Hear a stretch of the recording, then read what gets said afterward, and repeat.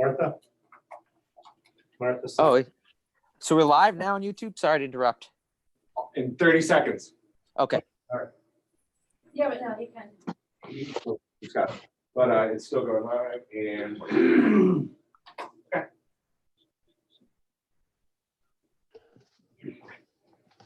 Yeah, we're good. Thanks, Joe. Okay, so So Joe make a motion, Martha seconded. All in favor? Aye. Aye. What, 6-4-0 against? Motion passes. Did we get any good of cause? no, I checked email. There was none. Discussion, budget discussion. This is Roger and Dana did a nice job of outlining the various options. You should have received an email with these and some discussion regarding them. Who would like to? Roger, you want to take the lead? I'd be more interested in responding to questions, but I don't mind providing an overview.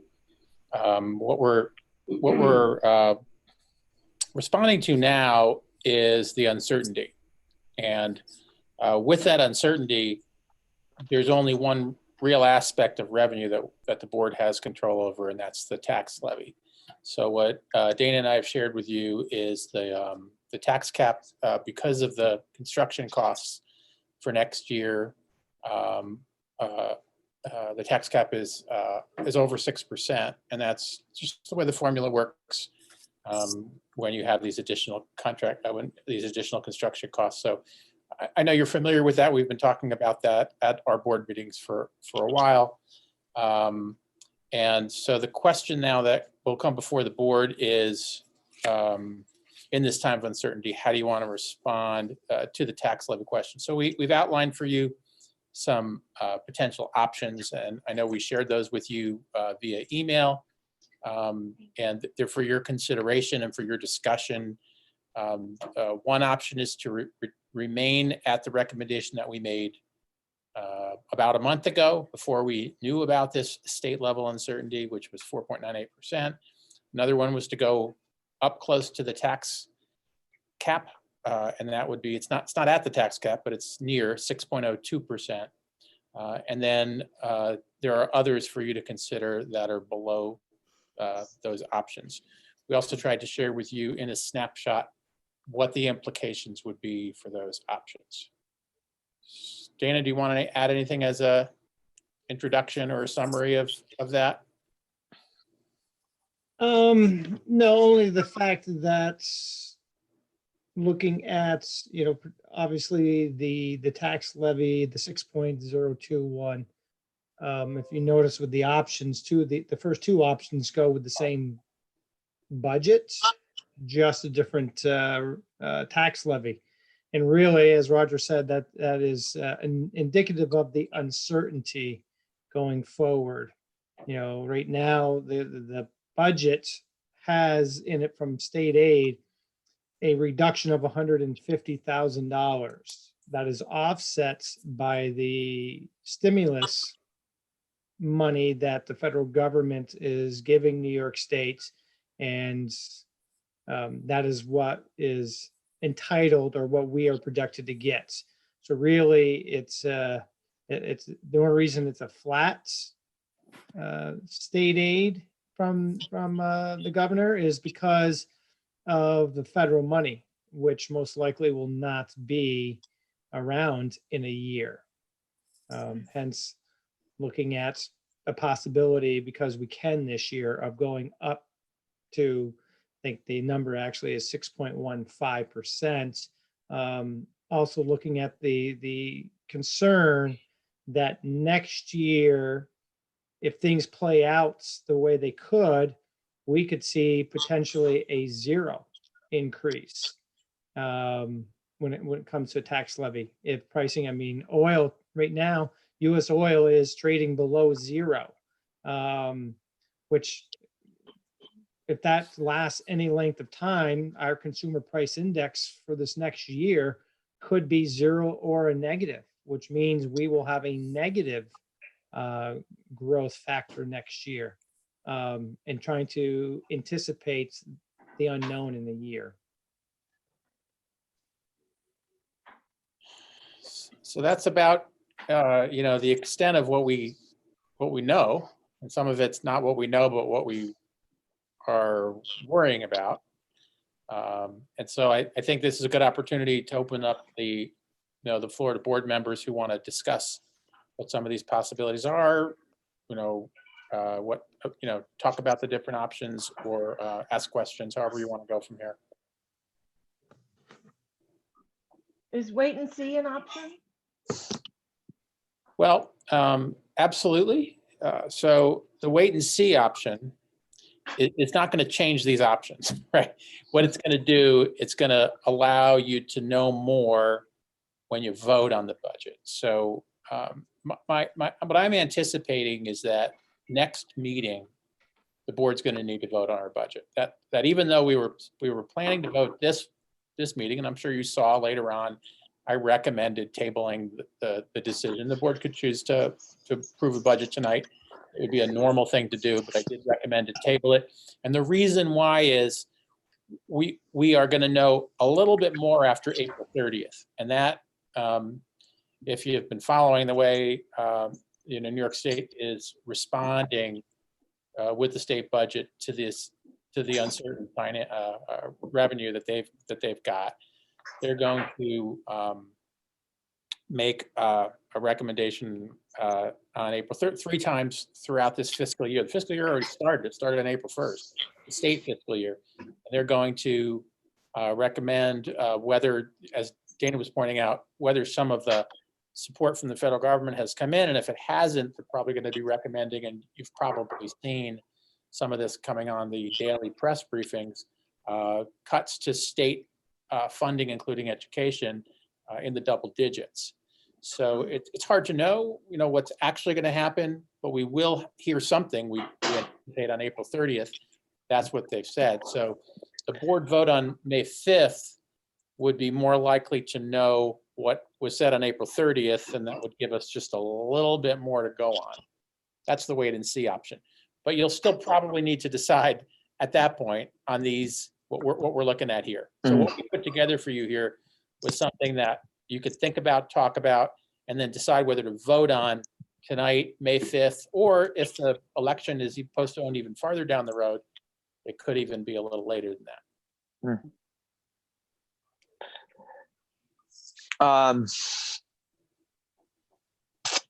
I mean, I'm inclined to go with B, go right underneath the tax levy.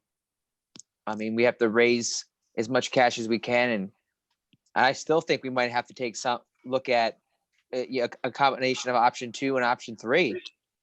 Like, it's just we had to anticipate next year and the year after. We might have to worst of both worlds, which is, a higher levy and still making cuts. Possible. I'm thinking of B. We're still below the tax level. Yeah. Yes. I mean, yeah, B and C, I'm saying, I guess. Yeah. But I'm concerned about C if we go down that road.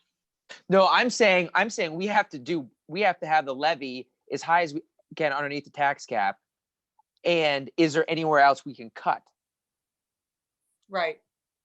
I'm saying worst of both worlds. Yeah. Raise the levy and make cuts. I sent an email out with my weigh in, and I'm just concerned with a 6% increase with everything that's been going on with, can people afford that? Even though, it's not that big of a jump between the essentially 5%. Losing Rick. I lost Rick. Yeah. That's why I was, sitting and waiting, and if I could self-justify and get a chance. Unfortunately, you don't have the chance to talk to many people these days. So, I mean, it's still underneath the tax cap, you know, but I think it's gotta go. Yeah, I mean, we have to explain that to the, you know, to the residents that this is, yeah, what we're gonna be looking at. I mean, you know, we got how much do they think the state aid is gonna be reduced by?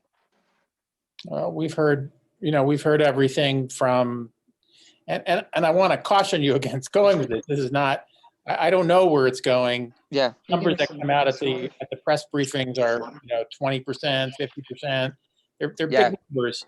yeah, And there may be some, politicking going on here, right? Because yeah, of course. this is happening as these bills are being debated in Washington of whether or not to provide more aid to states and municipalities, which apparently, from what I read in the paper today, the state's not going to get additional the additional large sums. The state's not going to get additional large sums to support that have been requested.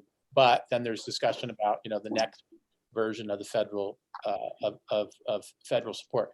Anyway, I'm not going to predict that either because that's Washington D.C. Yeah. So all of this I think is subject to revision as we move along here day by day. But these are the big numbers that are being proposed are certainly frightening numbers, no question about it. Roger, don't you think on some level that that even on the local level, that knowing what is going on in our economy and that the taxpayers would expect to have something a little bit more in the upcoming year that's going to be facing them? I mean, it has to come from somewhere. I mean, you would think it would be logical that, like everything else, that it would be almost expected. You mean the levy you're talking about would be expected? That there might be an increase in the levy because of exactly what's been going on globally. That, I mean, we're not in our own little bubble here. And I mean, just as a taxpayer myself, it almost seems logical to me that with the decrease in state and federal funding, it would just seem logical to me that, maybe our school taxes are going to be higher this year. Sure, that makes sense. Yeah, but you're an exceptional person, Colleen. Oh, I don't know. It just seems, I mean, this isn't just, hitting a certain demographic. Everybody is aware of what's going on. And it just seems like a logical thing. Certainly no one, I can't imagine anybody think that there'd be a stagnant tax levy next year. I don't know. That's just my own thinking, but. Anybody else have anything? No, I mean, just other than I think we got to raise the levy and maybe come back with cuts. I agree with Liam. Option 5. Yeah. How realistic is it I was asked to speak up, so if I sound like I'm yelling, Roger. Yeah, okay. And Rick's right there for me, so I'm looking at him. I'm thinking, How important is it or realistic is it not to fill the nutrition director, food service director position? I think if we were to enter a holding pattern for next year and see how things transpire, I think that we could manage. We have good people who are working in the kitchens, and they've done this before. We've had times without. Matter of fact, we've had many times without a food service director. It's not ideal.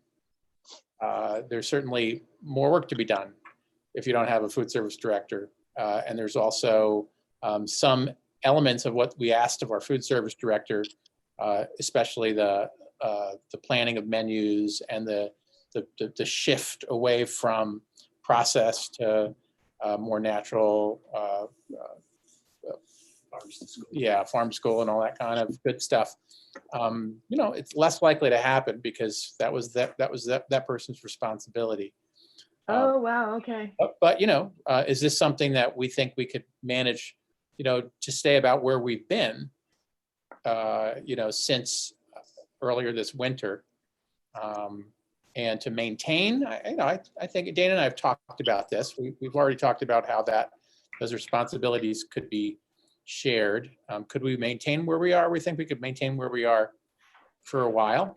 I don't know beyond, what over that next hill would look like, but I think when we look in the short term, we think that it's a reasonable expectation that would be okay.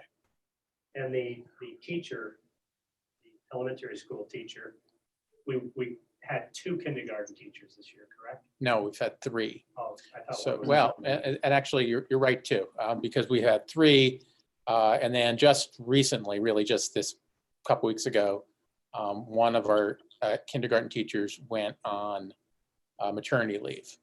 And given all the circumstances of this year, we opted to ask our other 2 kindergarten teachers to share her students. So yes, right now we've made a mid-year shift from 3 to 2.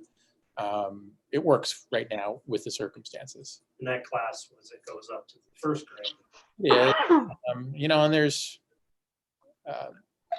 yeah, I mean, we have some class sizes that, might open the door to that. Yeah, you're right about that. We don't really know what our class sizes are yet next year because, and we do see that there are some drawbacks for taking some of these steps. And you know what they are because we've been talking about this forever. But yeah, there are some options that we're looking at options that would be less painful versus those that would be more painful. Yeah, I like the less painful. Now, Roger, the second librarian, is there one that's retiring this year? Yeah, so Ann Paulson's retiring at the end of this year.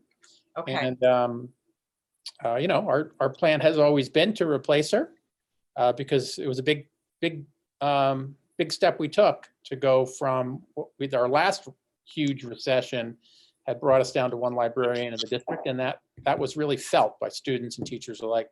So we made a big decision a couple years ago to hire the 2nd librarian. It's been a wonderful move. Is that something that we might have to consider again to share that librarian between the 2 buildings? So everything's on the table. And I think the decision-making has to be, where are our priorities? What do we really need in terms of funding reductions in order to break even or, balance the books? And, how can we proceed with the least amount of impact on students? That's really the whole thing, right? The least amount of impact on students and their programs. What I'm telling you, of course, is that we're kicking around a whole bunch of ideas, and none of them sound great, but some are better than others. Okay. Okay.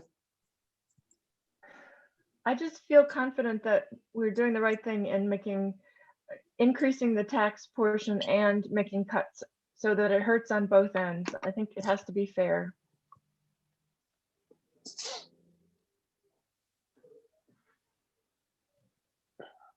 Anybody else?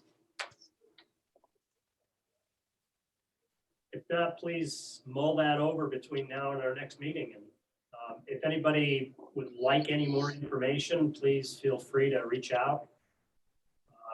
It would be nice, if it's possible, to put some dollar values with not replacing the food service worker, just roundabout figures. We've got them. Okay, and the same with the teacher, and see if that cleanses the palate a bit. Because we could go to 2 kindergarten classes, correct? Well, it's hard to say right now because you're looking at this year and we're talking about next year. Yeah. So Okay. If there are no more questions, everybody set for the budget? Yeah. Thank you. Dana, budget status report.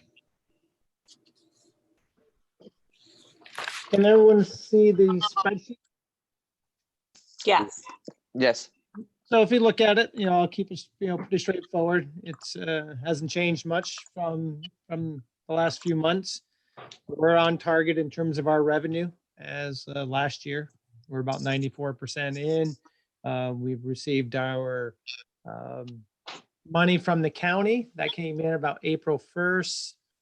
So any of our property tax that did not come in during the normal collection period, the county then basically makes everything whole by April 1st. So we received about $800,000 from the county to kind of even that out. So we're all good in that regard.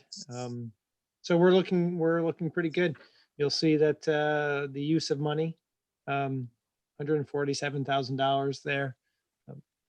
Initially, for next year's budget, I increased that because we will be taking another ban out in June, early July of about $11 million. And obviously the hope was to generate some nice revenue by that money sitting in our accounts for 4 or 5 months. I haven't changed that number, but I'm not expecting to see the windfall because of where rates are right now, and can't imagine they're going to be vastly different come July. They'll be good on one hand with respect to the rates for the ban, and down the road possibly the bond, but in terms of generating, $80,000, $90,000 in interest off of it is probably not going to happen going forward. But this year, it is we are generating some revenue there. So, questions on the revenue side? No. On the expenditure side, it's a little higher than last year, of about 8%. And you'll see, that is really driven by, you look at it, employee benefits as well as BOCES. And again, that's, really stems from the very beginning when we paid the capital project. We've been making our monthly payments to BOCES anyway. We're kind of a little ahead of the curve on our BOCES payments because of that large portion of the capital project. But all in all, our expenditures are pretty good. One thing I'll do point out there, our equipment line, if you see that, is about $107,000, and to date we've only expensed $28,000. The reason that number is so low is because we have been getting reimbursements from the Smart School Bond Act. So that kind of offsets. We've purchased some Chromebooks, some iPads. At the very beginning of the year, we purchased the devices for the private schools. But they got reimbursed. So the equipment line is lower than in the past because of that. Because what we've expensed, we've gotten that money back from the states. So all of a sudden, expenditures are basically on track.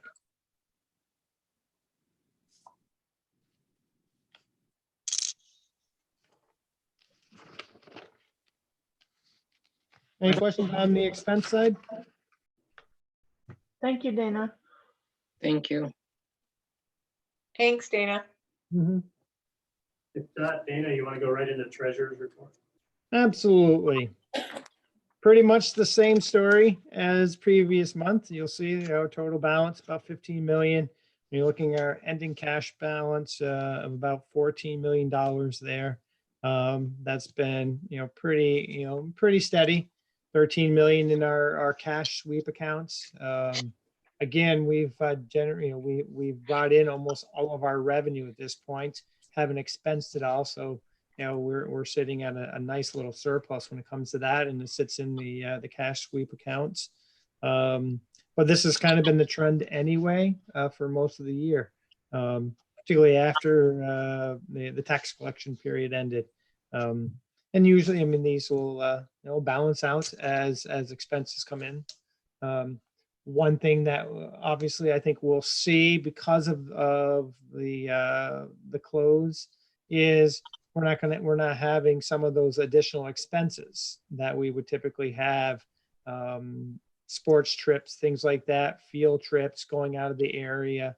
I mean, employees are still getting paid, but there's not a lot of the extra duty payments going on these last 6 weeks. So, we are seeing a savings there.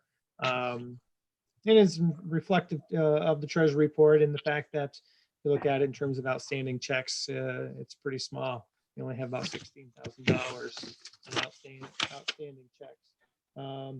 None of which are really, any sizable amounts. But we're looking pretty healthy right now in terms of our accounts. Thank you. Thanks, Dana. Thanks, Dana. Thank you. Dana, a question sort of off topic, but on topic. How's the cash flow for the food delivery? For the special for the families? Well, twofold. We got two things going on here. So we have the meals that we prepare, a breakfast and a lunch, and that is reimbursable through child nutrition. For March 16th to March 30th, I believe we did just under 2,600 meals that we're able to submit to the states. And that's in addition to what normal meals, typical meals we have from March 1st to the shutdown, that Friday, the 13th, I think, normal lunch and breakfast meals. So we'll see reimbursements there. And then the other one is the backpack program. And that is doing very well. I know there's been several large donations through the various foundations around here. They've been able to do once a week a good sizable delivery of food for the family, not just the children that are getting it. 2 weeks ago, they did $10,000 worth of gift cards to Price Chopper, and they're going to do a second one tomorrow as well. And that is really stemming from the grants that have come in. Not to mention all the smaller grants that just help immensely on top of everything else. Where the backpack program has been able to give some good amounts of food. We got 2 weeks ago, just as break began, we got a bunch of food from Jen Webb and Generations, I believe is the restaurant's name. Food that they had brought in, obviously for Can-Am, and Can-Am got shut down, so they reached out to us and donated a whole bunch of frozen food and stuff like that Sue was able to cook up, and they were able to get out to the families over these last 2 weeks. That's great. Yeah, I spoke with a teacher who went out delivering food, and it was a huge dose of reality. They had no idea what was out there.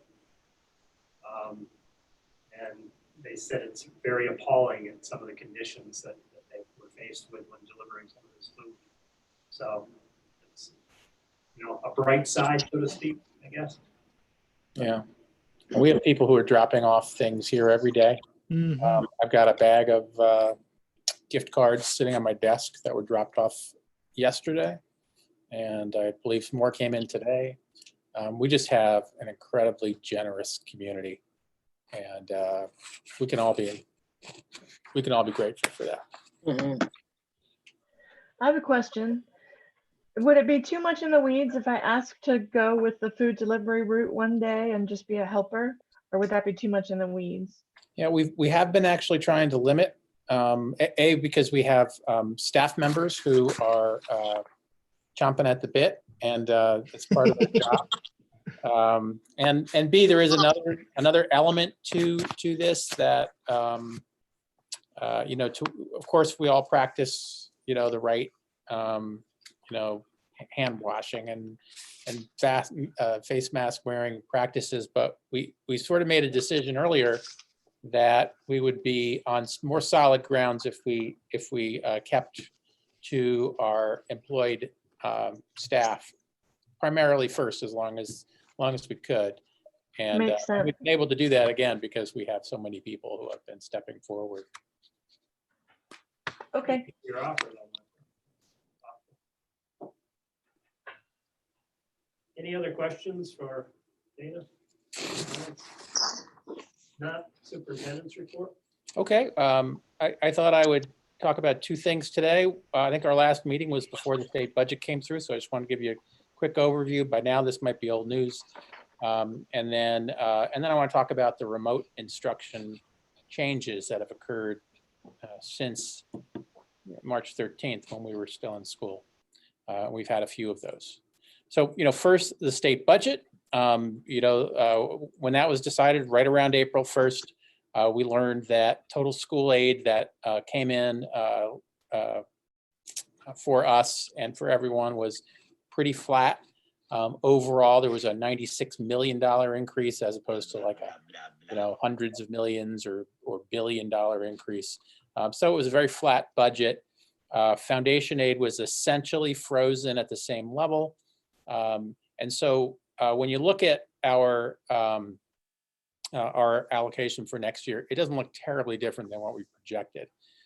That's not the part we're worried about, right? That's the part that gave us a little bit of comfort. What became very important were the messages coming out of the executive department about how they were going to deal with these potential losses. So, the budget includes a mechanism that authorizes the governor's budget director to make adjustments, cuts to what's already been allocated. This includes school aid as well as all other kinds of state expenditures. And that is dependent on whether state revenues come in more than 1% below projections. Or it also could happen the other way if expenditures are more than 1% above projections. So if the costs are too high or the revenue is too low, they can make these adjustments. Right. So the 2021, as I mentioned before, 2021 fiscal year began on April 1st. So the mechanism is going to start being implemented very soon. And they've identified 3 time periods for this, and the first one is on April 30th. So this is the first of 3 measurement periods to be used to determine whether the state budget cuts are needed. So the governor, as I said before, already warned us that it could be 20%. He's used higher numbers. We've heard lower numbers. That's where the great worry is about this budget. It's not what the numbers were that were presented. Those were flat, and that, of course, represents a reduction as well. But that is more palatable than what could come with this mechanism that's in place. So that's what we're paying attention to. That's why we don't know a lot. And that's why there could be some uncertainty as we move forward, even beyond next month. There were some positive aspects of the budget, just so you know. I wouldn't want you to think the whole thing is negative. The budget, you remember there was a move to consolidate all that expense-based aid, BOCES aid, and transportation aid, and all that. Consolidate that and to mix that into foundation aid, and then only increase it by small percentages as we move forward. That failed. So we were happy to hear about that. And there was some additional funding put in for student mental health services. And then there was a change in the requirements that school districts and other organizations have. We were required up to this point to provide paid time off on election day to anyone who asked. But at this point, what they've decided is that any employees who have at least 4 hours off while the polls are open are no longer entitled to that paid time off. So we didn't have an issue with that, but statewide, there were some school districts and some other organizations that had some concerns that half their staff would leave to go vote, and they'd have to shut their doors. And so that was changed as well. So there were some things that came out of the state budget that were probably beneficial to some school districts, perhaps ours, down the road. But it was that adjustment to the budget that we were so worried about. So that's a quick summary of what went on during this crisis while they were negotiating the state budget.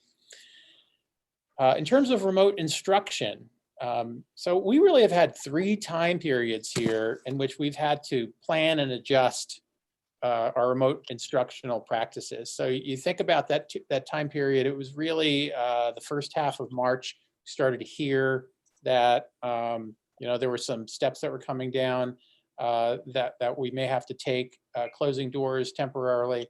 And so we started to plan at that point. It was right around March 5th, 9th, around there, all the way through the 13th, where we were, really asking people to ratchet up their planning and to start thinking about how they're going to provide remote instruction to students should we close our doors. Well, as you all know, starting on the 16th, we did close our doors as a region, and then the state closed their doors as of the 18th.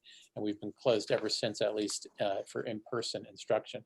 So we had a time period there for about 3 weeks where we were operating based on the planning that teachers and administrators and teaching assistants had done in that preliminary period. And a lot of really good stuff came out of that. And then we had the spring break issue come down. So all of a sudden we asked everybody, let's do something different, right? Because now we have to continue our remote instruction through spring break. That was a shock. And once we all got over that shock, we decided to make a shift. And so we were able to change. And that was for that 2-week period, we implemented the elementary schools Spring Olympic Challenge, the middle schools choice cards, and the high school's bingo board, right? And so these were more active and engaging, interdisciplinary type of project-based learning experiences, hopefully fun for students, certainly different than what we had been doing before. But almost when that started, we started to look ahead as a school district to what should our remote instruction look like after spring break.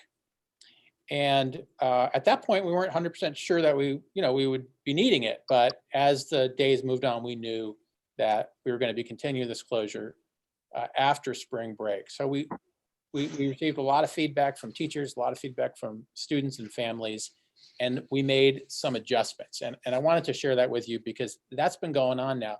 That work's been going on for a week and a half, just implemented yesterday, but a lot of planning going on behind the scenes that you wouldn't know about because it's all happening on email and Zoom meetings and you name it. Staff has been highly engaged. Our principals in particular have been leading this charge. So what we decided to do was to establish a series of principles that we could guide how we structure things at each school. It wouldn't have to be the same structure at each school, but we wanted to follow some principles. So here are some of them. We wanted to make sure that we were attending to student social and emotional well-being as well as their academic needs. We felt that was key at this time. Depending on how long this goes, we know that kids are in different circumstances. Some are better equipped to handle what's going on. Some are less equipped to handle it. Families as well. You name it, mental health needs being what they are. We wanted to make sure we were attending to that. We also wanted to make sure that we weren't ignoring the kind of successes we had had. Teachers had had a lot of really positive experiences, and our students had, spoken very highly about some of their learning experiences. So to, make sure that we're carrying that over. We wanted to make sure that we're being equitable so that, we're not favoring one group of students over another, one group of teachers over another, that kind of thing. We wanted to maintain a level of flexibility so that we weren't being too rigid and sort of tying everybody's hands on what they could do. Then we wanted, because one of the things that happened also were the Regents exams were canceled. And, sometimes the Regents exams really sort of force our teachers' hands to make sure they're covering a ton of content. And it sometimes seems like an awful lot, but we felt like without the Regents exams, they're hovering in the distance, we could de-emphasize this traditional coverage curriculum and then encourage greater depth exploration. So this is right now, one of the goals of what we're doing. We don't want to ignore the fact that we want our curriculum to be continuous, that kids are prepared for next year. We also don't want to ignore the fact that kids, if they're not asked to continually stretch their minds,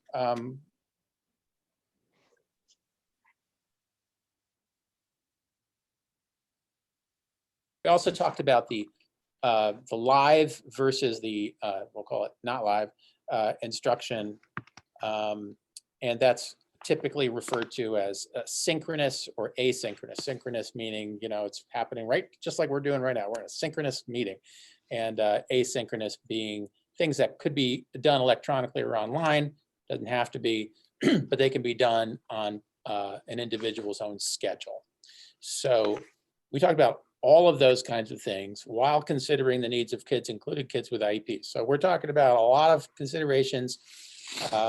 Principals took the lead in organizing their schools. They met, again, mostly in this kind of distance environment like this. They met with teachers and other staff members to craft new plans. So just very briefly, at the elementary school, they identified specific times, grade by grade. So, and sometimes teacher by teacher, for synchronous, that's live classroom meetings via Zoom or Google Hangouts or FaceTime sometimes. And then they balance that with offline classwork that includes reading, writing, and other learning activities, some of which involve technology, some of which don't.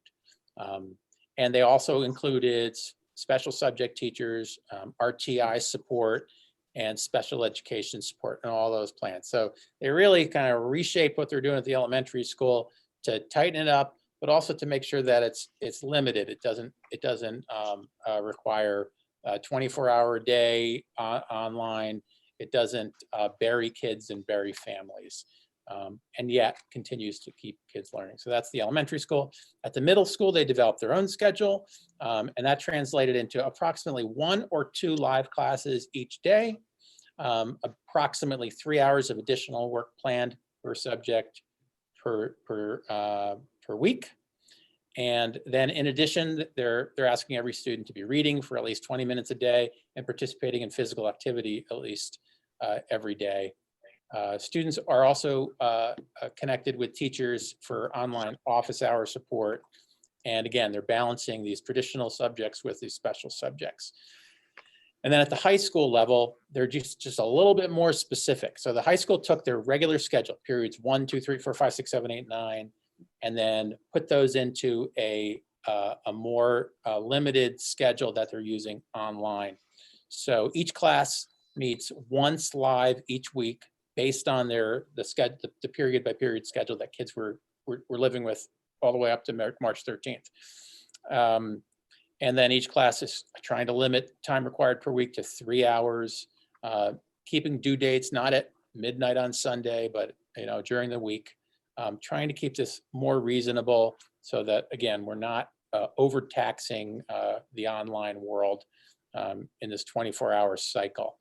We also moved to pass-fail grading.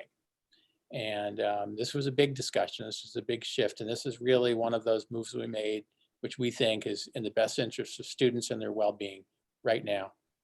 The accuracy of grading right now, the ability to be so specific, we just raised questions about that. And so we're shifting to pass-fail grading for the 4th quarter. And that's where participation counts a lot. And that teachers are being asked to give regular specific feedback, more in narrow scopes rather than in sort of like unit tests. The whole idea of summative assessments, that's where you give a test after 3 weeks worth of stuff. We're minimizing that, and we're trying to limit that to more specific feedback. This is called formative assessment for those of you who'd like to get involved in pedagogic language. So we did vary that somewhat for AP classes and for bridge classes. They set aside Friday just for study hall time and teacher office hours. So it's a much changed structure. It's a little bit more structured than the original way was, but it's also kind of limited and contained in a way, but it still allows for flexibility. There's actually a lot of flexibility within that structure. So I want you to I just wanted to reemphasize that reinventing our programs for this period, this has been a collaborative effort. And, my hat's off for the principals who led these discussions and the teachers and counselors who have done so much to make them work. The overall objective was to respond to the varying situations our students are facing right now and to recognize that there are challenges for at-home learning. Just as there might be some benefits right now, there are many challenges for students and families, and we wanted to place students' interests first and foremost, the way we all talk about the board, teachers and administrators alike. And I guess I'll just finish by saying I'm really proud of what we've done, and I'm really looking forward to seeing how it goes in the next weeks. You should be proud. Thank you. Any questions or comments? Thanks, everybody. Thank you. Thank Thank you. you. Great job. Thank you. Thank you. Next up is information for the board. There are 4 items. Super eval. We need to make some progress with this. Dates have been set.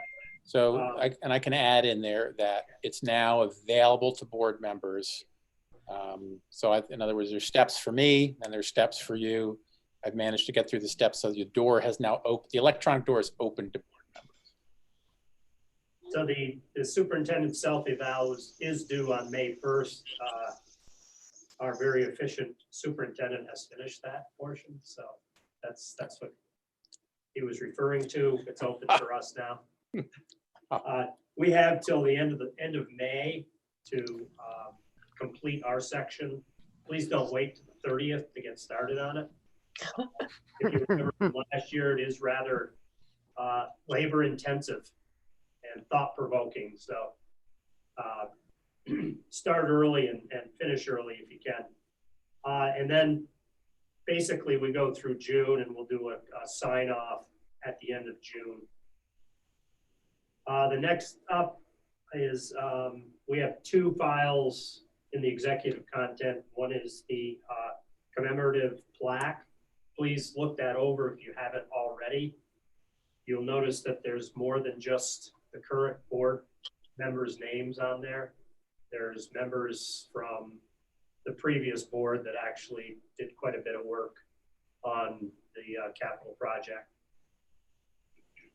So look it over, make sure that there's no spelling errors. It's the name the way that you want it on that plaque.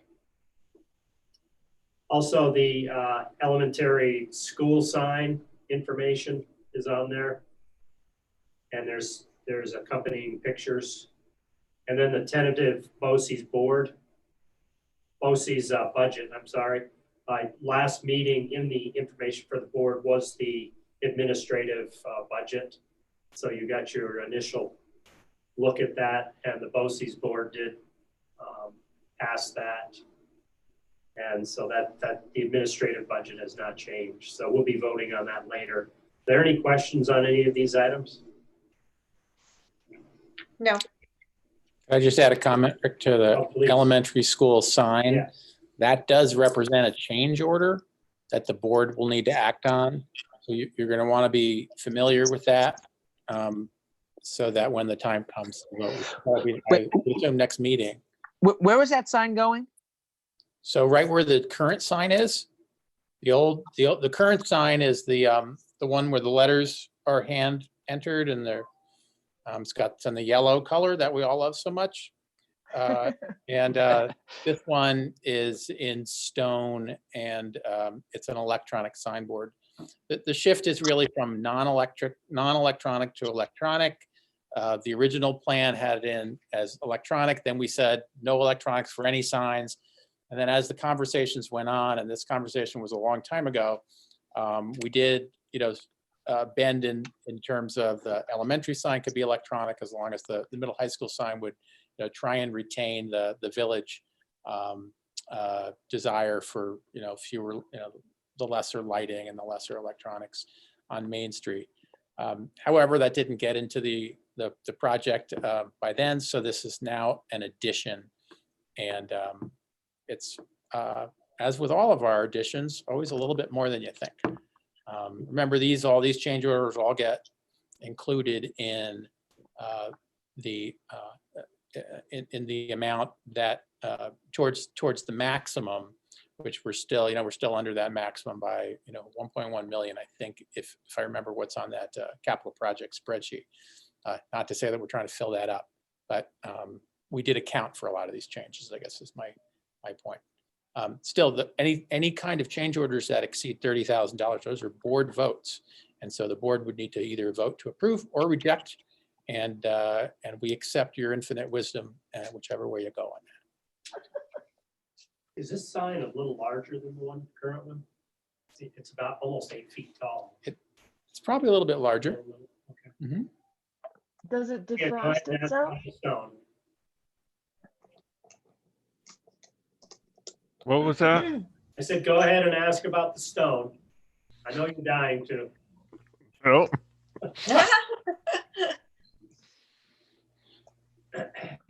Will that stone mirror what's going on out Yes. here? Okay. I'm in the comfort of my own home. If we want to have an hour conversation on stone, I'll do it. Yes, you're in the comfort of your own home. That's hey, you could be sitting at home too, you know. fun. Any additions to those 4 items or any questions? I just think we should spend every last penny of the money allotted under that project. So Oh, Liam. Do you hear that, Dana?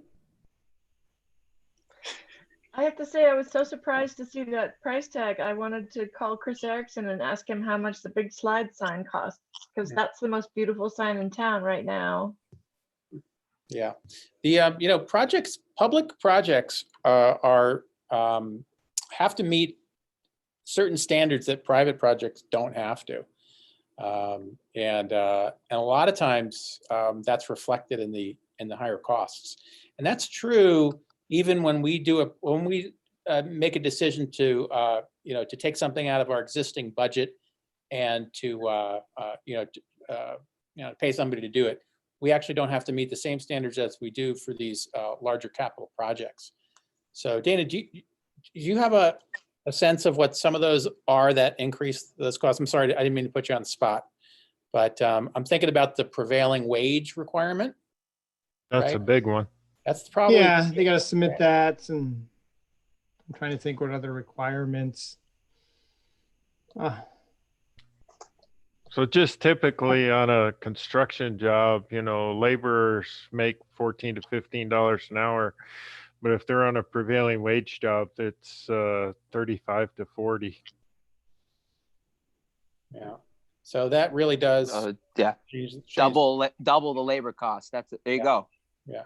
They'll And do I it. will say that one of the things we did, and again, not everybody's on the board at this time, but when we first put this project together, there were 45, 50 smaller projects. There's still a lot of projects, but we also decided to tackle some of those out of our general budget to lower the costs. So we did some things. We replaced a hot water heater. We repaved behind the elementary school.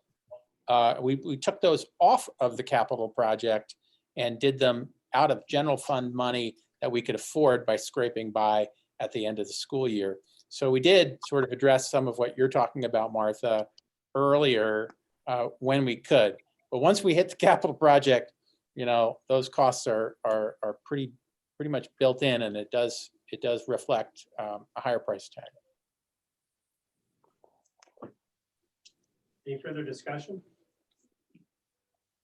Linking goals with agenda items. I would suggest students first and foremost, with Roger's summary and the superintendent's report of how the various buildings are addressing the distance learning or remote learning with the students. Thank you. Anyone else? What we've already covered or what we will be covering? No, I mean, to me, that's the big one. I mean, the ability to evolve so quickly under pressure is really incredible. And I think that it's going to make the budget process, even though it's going to be not pleasant, I think the community is going to recognize all the hard work that the school did, for sure. For sure. Thank you. If you have any others, you can get them into Karen. So thank you. Capital projects, there's 7 items. There's 2 summaries, 2 meeting minutes, 2 sets of meeting minutes, status report from March 27th, a letter regarding the New York State pause, and then the asbestos report. Any of those would like to discuss or highlight, or?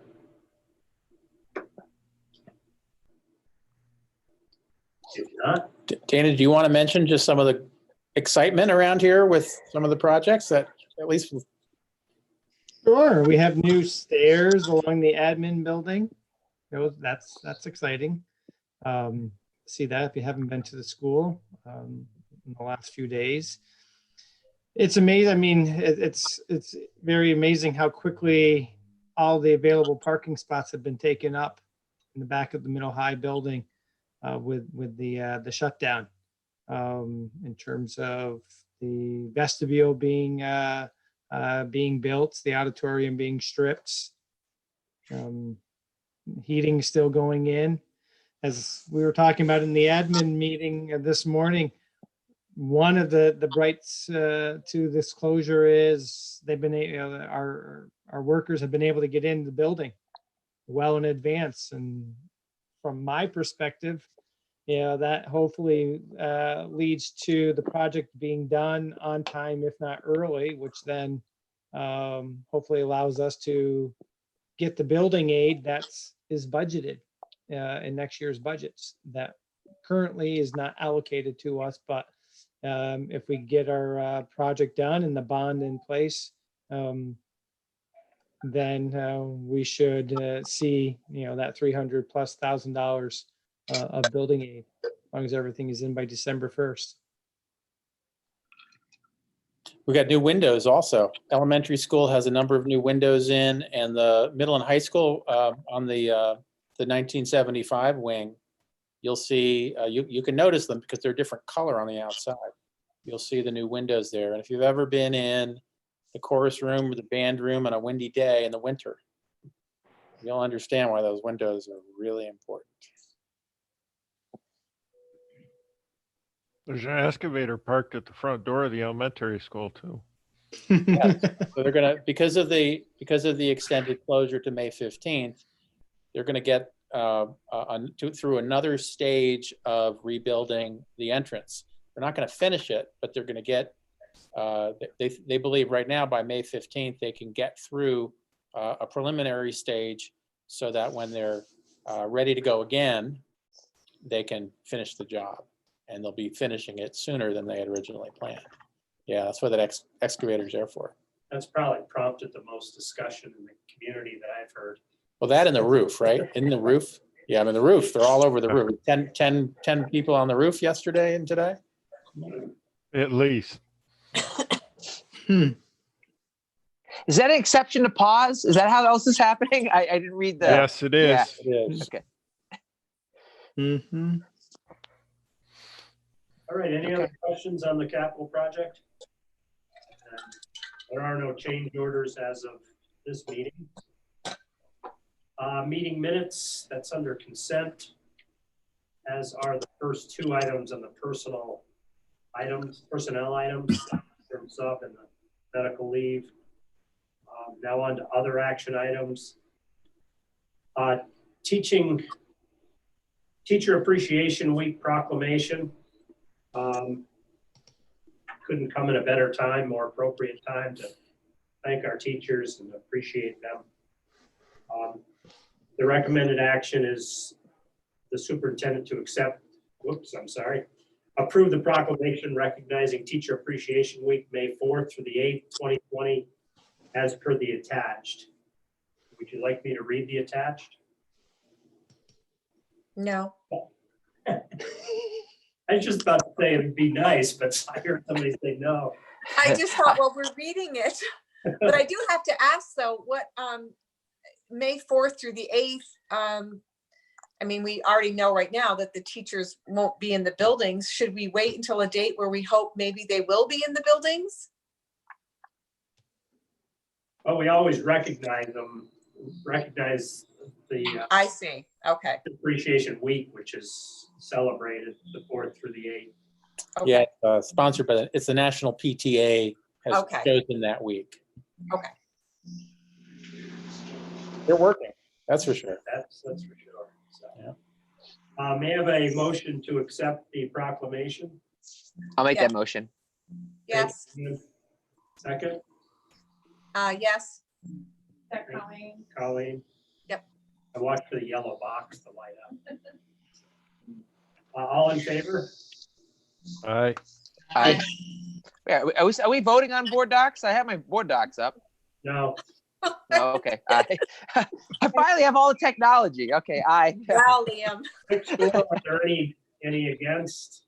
If not, the motion passes 6-0. National School Nurse Day Proclamation.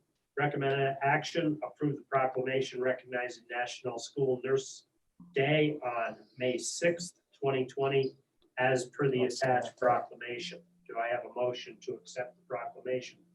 Yes. Thank you, Dan. I'll second. It's Joan. Like Hollywood Squares, you light up. So, Yay. any We're the- discussion on the Nurses Day proclamation? If not, I'll ask for a vote. All in favor? Aye. Aye. Aye. Any opposed? If not, the motion passes 6-0. Next item is the sports merger 2019-20. Recommended action, approve the girls modified lacrosse sports merger with Saranac Lake Central School for the 2019-2020 school year. May I have a motion, please? Yes. So moved. Martha moves. In a second. Yes. Joan. Thank you. Any discussion? So it's a Saranac Lakes. It's not the cost sharing merger, just to be clear, for the record. It's just, Correct. yeah, okay. And what about the busing issue? So we don't bus kids for the merged sports that are not part of the SLP agreement.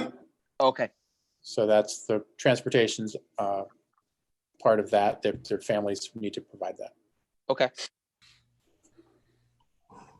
Okay, may I have a vote, please? All in favor? Aye. Aye. Aye. Any opposition? That the motion passes 6-0. Board workshop approval, recommended action. Whereas the board wishes to have Joan Hallett Valentine attend the school policy workshop, student substance abuse. What can a district do? On April 29th, 2020 via webinar at the cost of $130. Whereas monies have been budgeted for board members to attend conferences and workshops. Now therefore, be it resolved that the board hereby approves Joan Hallett Valentine to attend the policy workshop referenced above via webinar at a cost of $130. May I have a motion, please? Yes. Thank you, Colleen. Need a second? Yes. Second. Thank you, Dan. Any discussion? Would you like to justify this before the board, Joan, or you? Yeah. I'm glad you're doing it. Don't say anything. Let's just get it. Good job, Joan. All in Yay, favor? Joan. Aye. Aye. Aye. Aye. Any opposed?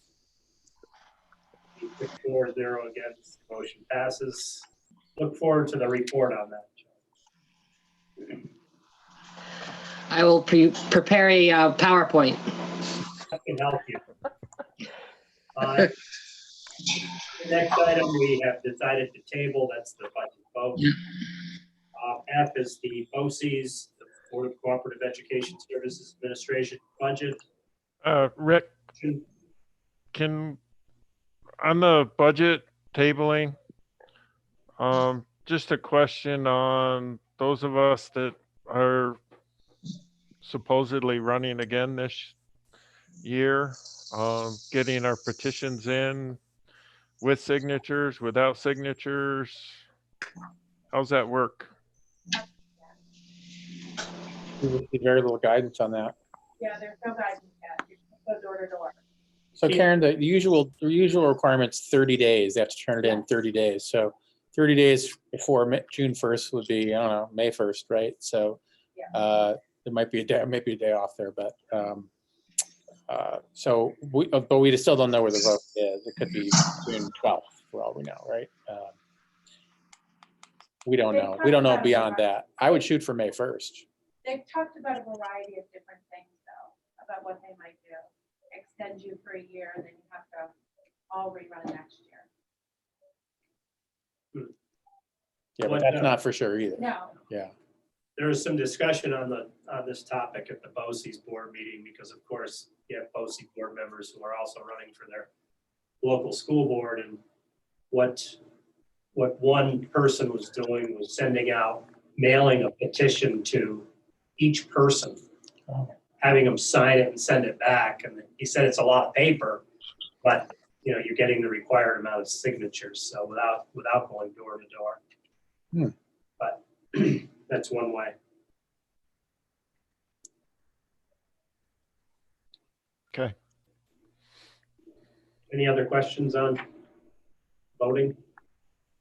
Not. For the recommended action is be it resolved that the Board of Education hereby adopts the administrative budget for the Board of Cooperative Educational Services of the sole supervisory district of Franklin, Essex, and Hamilton counties in the amount of $2,540,107 for the 2020-2021 school year. May I have a motion, please? Yes. Colleen? Yes. Dan? Dan was second. Yes. Any discussion on this? I think it's a reasonable price, less than reasonable for such a great service. This is just the administrative budget, which the other has been accepted, but it's sort of like our budget. It's in limbo at this time as to how realistic it is.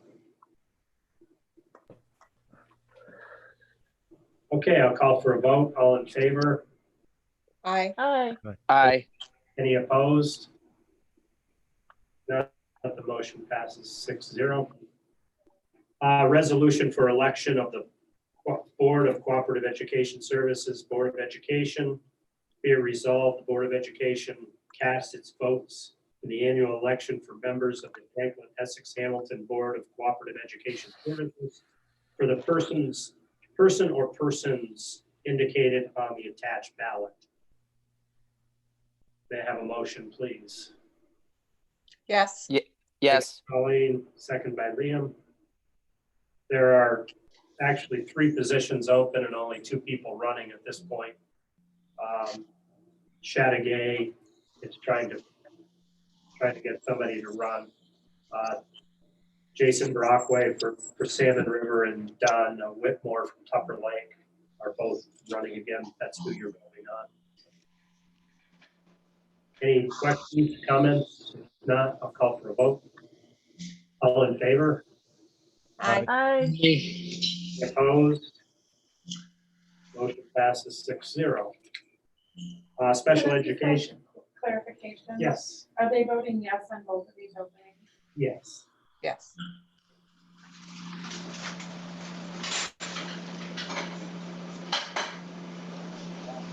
Education is on the consent, the good of the cause. Anything come in during the meeting, Karen?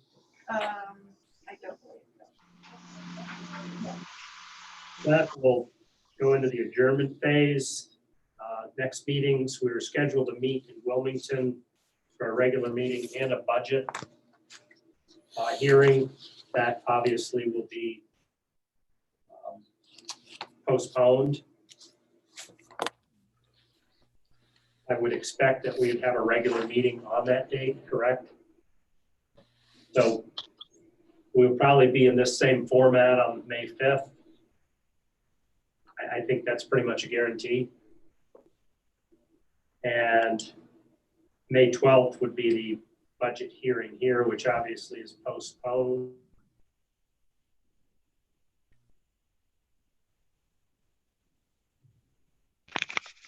As Can't hear you. Aaron points out on the agenda here, we will need to rescind and adopt a new board calendar for the remainder of the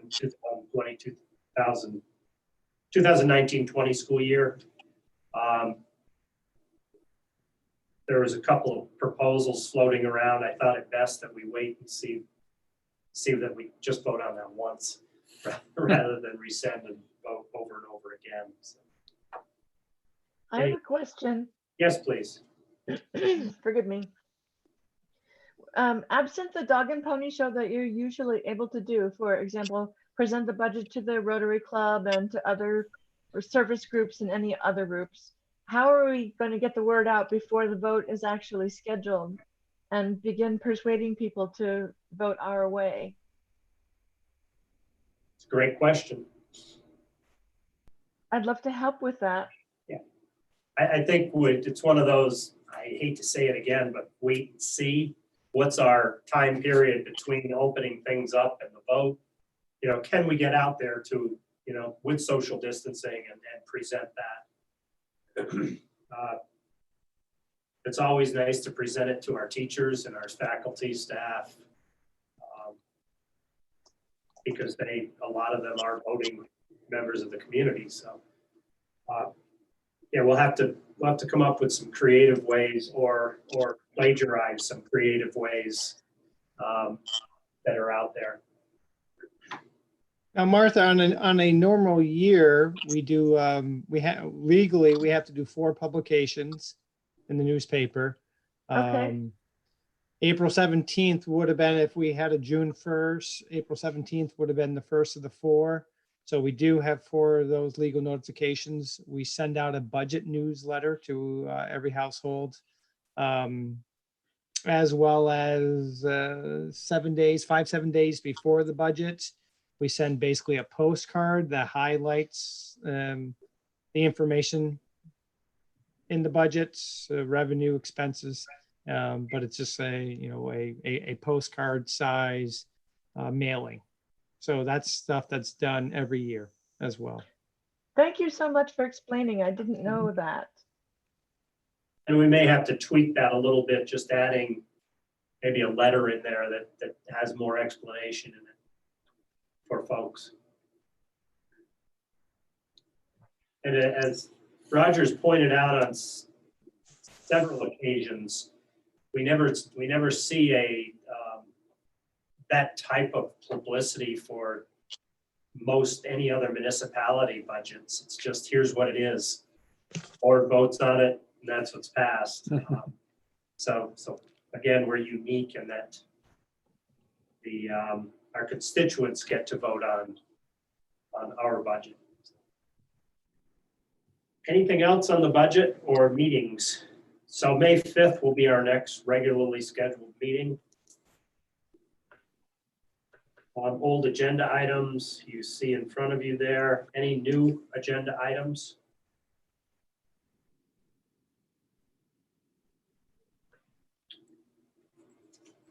If not, I'm good. go ahead. I said I'm good. Okay.